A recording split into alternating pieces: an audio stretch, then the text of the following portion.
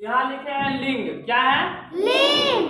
लिंग जो होता है दो प्रकार से होता है। लिंग का अर्थ होता है, जैसे मान लीजिए लिंग हम लोग पढ़ रहे हैं, क्या पढ़ रहे हैं? ये लिंग। लिंग पढ़ रहे हैं। लिंग जानते हो किसको कहता है? क्या? लिंग का अर्थ होता है चिन्ह या जाति।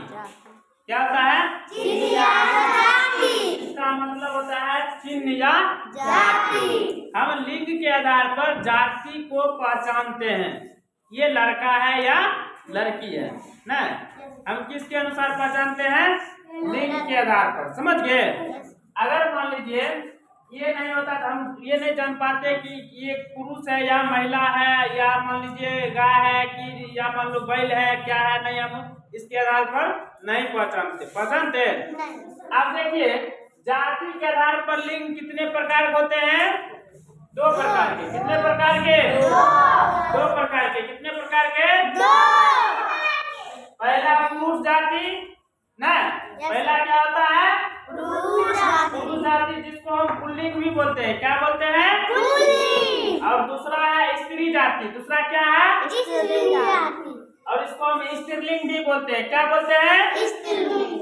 आप देखिए पुल्लिंग किसको कहेंगे? मान लीजिए पुरुष जाति किसे कहते हैं? जिन संज्ञा से पुरुष जाति का बोध होता हो उसे हम कहते हैं पुल्लिंग। क्या कहते हैं? पुल्लिंग। मान लो ऐसा संज्ञा किसको कहता है? मान लो किसी वस्तु, स्थान, जानवर नाम को हम संज्ञा, मतलब कोई भी चीज का नाम है तो वो संज्ञा कहलाता है ना। अगर मान लीजिए यहाँ पर वही जिन संज्ञा से पुरुष जाति का बोध होता है उसे हम क्या कहते हैं? पुल्लिंग कहते हैं। क्या कहते हैं? पुल्लिंग। जैसे लड़का एक संज्ञा है। लड़का किसी का, लड़का जैसे नाम आ रहा है कि नहीं, किसी चीज का नाम आ रहा है ना। चाहे मान लो मनुष्य का नाम आ रहा है, चाहे मान लो जानवर का नाम आ रहा है, चाहे मान लो वस्तु का नाम आ रहा है, लेकिन लड़का आ रहा है, नाम की नहीं आ रहा है। ये संज्ञा हो गया। क्या हो गया? ये संज्ञा। और संज्ञा हो गया। और ये किस चीज को दर्शाता है? लड़का क्या है? पुरुष है कि महिला है? पुरुष है। वही ना यहाँ लिखे हैं कि जिन संज्ञा से पुरुष जाति का बोध होता है उसे पुल्लिंग कहते हैं। उसे क्या कहते हैं? पुल्लिंग। समझ गया? वही देखो, वही पुरुष है कि महिला माता है? पुरुष है ना रे। मर्द है कि नहीं है? बैल राजा से नाम से संज्ञा से पता चल जाता है, इसलिए ये पुरुष जाति का बोध हो रहा है। पता चलता है। दास नाम से ही पता चल रहा है कि लड़का के बारे में, पुरुष के बारे में बता रहा है ना, पता चल रहा है। मालिक देखो कह रहा है, मालिक नाम यहाँ लिखा हुआ है। मालिक क्या है लिखा हुआ? मालिक। इससे पता चल रहा है कि मालिक कौन होगा? मालिक महिला होगी या मतलब पुरुष होगा? पुरुष होगा कि नहीं होगा? यहाँ पर घोड़ा देखो, नाम से ही पता चल रहा है घोड़ा मतलब पुरुष जाति का बोध करा रहा है।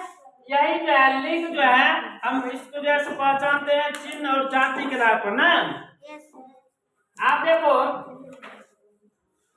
स्त्रीलिंग किसको कहेंगे? बताए ना। जाति के आधार पर पुल्लिंग, ये जो होता है लिंग कितने प्रकार का होता है? दो प्रकार के, स्त्रीलिंग और पुल्लिंग। तो पुल्लिंग की परिभाषा हम लोग जाने ना। आप देखिए स्त्रीलिंग के बारे में देखिएगा। जिन संज्ञा से स्त्री जाति का बोध हो उसे स्त्रीलिंग कहते हैं। अब देखिए यहाँ क्या लिखा है? ये लड़की लिखा है। क्या लिखा है? लड़की। अब इससे लड़की कहने का मतलब क्या हो रहा है? महिला का बोध हो रहा है। गाय महिला है कि पुरुष है? महिला। आप देखो रानी जो है समझ लो क्या है? महिला है ना। दासी क्या है? महिला हो गया। मालकिन मतलब क्या हो गया? ये महिला हमारा है। घोड़ी मतलब क्या हो गया? ये महिला हमारा फीमेल में नहीं हो रहा है। इसीलिए इनमें क्या हो रहा है कि जिन संज्ञा से स्त्री जाति का बोध होता है उसे हम कहते हैं स्त्रीलिंग। क्या कहते हैं? स्त्रीलिंग। और जिन संज्ञा से पुरुष जाति का बोध होता है उसे क्या कहते हैं? पुल्लिंग। क्या कहते हैं? पुल्लिंग। नहीं, दोनों समझ गया? जिस संज्ञा से पुरुष जाति का बोध होगा उसको क्या कहेंगे? पुरुष जाति का बोध होगा उसको क्या कहेंगे? पुल्लिंग। और जिन संज्ञा से स्त्री जाति का बोध होगा उसे क्या कहेंगे? समझ गया? Yes sir. आप देखो यहाँ पर कह रहा है, एक पास 4 पॉइंट है, सुनिए ध्यान से। जिन प्राणीवाचक शब्दों के जोड़े होते हैं उनका लिंग जानने में कठिनाई नहीं होती है ना। आप देखिए सही बात है। मान लो कोई प्राणी है, कोई जीव है जिसका जोड़ा लग जाता है, उसको पहचानने में हमको कोई दिक्कत नहीं होता है। क्यों नहीं होता है? कि उसको तुरंत पहचान लेंगे कि ये स्त्रीलिंग है और ये पुल्लिंग है। क्यों पहचान लेंगे? देखिए अगर मान लीजिए घोड़ा है, आप जानते हैं घोड़ा का स्त्रीलिंग क्या होता है बुआ? घोड़ी। घोड़ी होगा कि नहीं होगा? Yes, sir. ये दोनों देखो जोड़ा में है कि नहीं है? Yes, sir. इसको पहचानने में आपको कोई दिक्कत हुआ? ये जान गए कि ये लड़की है और ये लड़का है, नहीं जान गए? Yes, sir. नहीं। अब देखो गाय है ना, और यहाँ सांड है। क्या है? सांड। अब देखो गाय और सांड में देखो लड़का कौन है इसमें बताओ तो? सांड लड़का आ गया। तो देखो जिसका जोड़ा लग रहा है तो उसको पहचानने में तुमको दिक्कत नहीं हो रहा है। गधा है और यहाँ गधी है ना। Yes, sir. गधा इसमें क्या है? पुरुष है कि महिला? पुरुष है। जिसका जोड़ा लग रहा है उसको पहचानने में तुमको कोई दिक्कत नहीं हो रहा है। आप देखो यही चीज यहाँ पर एक पॉइंट लिखा था। आप देखिए जिन शब्द का जोड़ा नहीं लगेगा, जिन शब्द का जोड़ा नहीं लगता है उसके लिए कुछ आपको नियम पढ़ाया जाएगा, इसमें नियम बताया जाएगा, समझ गए?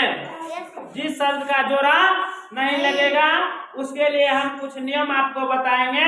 वो नियम पर आप जैसे बनाइएगा आराम से बनेगा। जैसे मान लीजिए जिन शब्दों के जोड़े नहीं होते हैं, जैसे यहाँ पर ये घोड़ा को घोड़ी जोड़ा लग गया ना, Yes, sir. गाय के सांड जोड़ा लग गया, गधा गधी जोड़ा लग गया, हाथी हथनी जोड़ा लग गया, लड़का का लड़की जोड़ा लग गया। लेकिन यहाँ पर जिसका जोड़ा नहीं लगेगा ना, उनका लिंग जानने के लिए हम कुछ निम्नलिखित नियम को पढ़ते हैं। जैसे मान लीजिए दीर्घई इकारांत शब्द प्राय स्त्रीलिंग होते हैं ना। आप देखो जिसका जोड़ा अगर मान लो नहीं लगता है, अगर उसके वर्ड में दीर्घई लगा हुआ है तो वो क्या बनता है? स्त्रीलिंग बनता है। क्या बनता है? स्त्रीलिंग। दीर्घई लगा रहता है ना, अधिकतर को हम लोग पहचान लेते हैं कि ये स्त्रीलिंग होगा। क्या होगा? स्त्रीलिंग। हर्षी का दीर्घई कर कुछ भी अगर लग जाता है ना थोड़ा, उसको पहचान लेते हैं कि ये चीज हो जाएगा, ये स्त्री का बोध करा रहा है, नहीं करा रहा? हाँ। तो जैसे मान लीजिए रानी में देखो दीर्घई है, घोड़ी में दीर्घई है, लड़की में दीर्घई है, दासी में दीर्घई है ना। ये सभी क्या हो गया? स्त्रीलिंग। क्या हो गया रे? अपवाद में इसमें है। अपवाद मतलब कि इसका जो है कि ये देखो स्त्रीलिंग, इसमें दीर्घई कर लगल है। अपवाद का मतलब क्या हो गया? इसमें भी ये भी वर्ड है ना, ये भी वर्ड है लेकिन इसमें दीर्घई कर भी लगा हुआ है, लेकिन तब पर भी ये स्त्रीलिंग नहीं है। यही अपवाद होता है, समझ गया ना? जैसे मान लीजिए घी में देखो दीर्घई लगा हुआ है बउआ, दही में दीर्घई लगा है कि नहीं लगल है? मोती में दीर्घई लगल है ना? जी में देखो जोदगी का जी लगा है कि नहीं है? पानी में देखो लदगी का जी लगल है कि नहीं है? आप देखो इस सब में दीर्घई की मात्रा लगा हुआ है, लेकिन तब पर भी ये स्त्रीलिंग नहीं है, ये पुल्लिंग है। समझ गया? ये ध्यान रखना है कि घी दही पानी जी मोती ये सभी स्त्रीलिंग नहीं होते हैं, ये पुल्लिंग होते हैं। क्या होते हैं? अपवाद में। समझ गए ना? और ये सभी जो है दीर्घई कर वाला, बाकी बात ये सब को छोड़ करके ये सभी जो है जितना आएगा दीर्घई वाला ये सब स्त्रीलिंग होगा। समझ गया? तो ध्यान दीजिएगा, हम जो है सभी आप लोगों को ये पढ़ाए हैं, समझ गए ना? व्याकरण क्या पढ़ाए हैं? हिंदी व्याकरण। क्या पढ़ाए हैं? हिंदी व्याकरण। अब आपको इसमें बदलने के लिए हम देंगे स्त्रीलिंग से पुल्लिंग करने के लिए, पुल्लिंग से स्त्रीलिंग करने के लिए आसानी से होगा कि नहीं होगा? Yes, sir. इसका नियम हम पहले सभी पढ़ लेंगे।